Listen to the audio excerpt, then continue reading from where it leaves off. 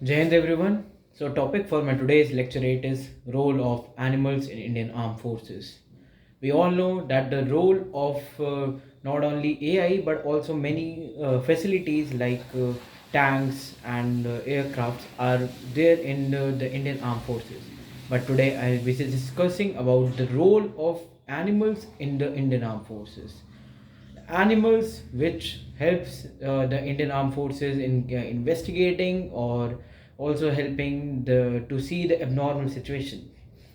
Like dogs are there for helping the officers and also the soldiers to get the things right on the time.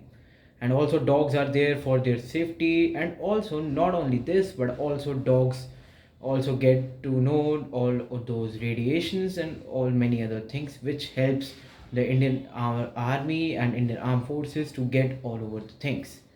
This was about the dogs. Now I am coming on to the camels. Camels, which is one of the major source of transport in the desert area, because camels are the ones which are really capable in the deserts. Camels have the huge storage for their water, in which they generate water from the cactus.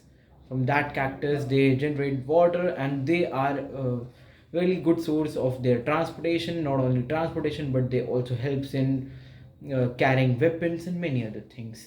In the early times in the history of India, we have seen that not only camels, dogs, and all those things, but also bull carts, cows, and many other things were used in the Indian Armed Forces. We have seen in the British era, when we didn't have any modernization or industrialization in the Indian Armed Forces, we used bull carts, we used cow carts, in which we in as an Indian also know that not only this but also horses were used to carry all those things which were needed in the transportation, or also for the war or many other things. In Indian Armed Forces, dogs like German Shepherd are used because they have a good source of smell, and also their sixth sense are very great.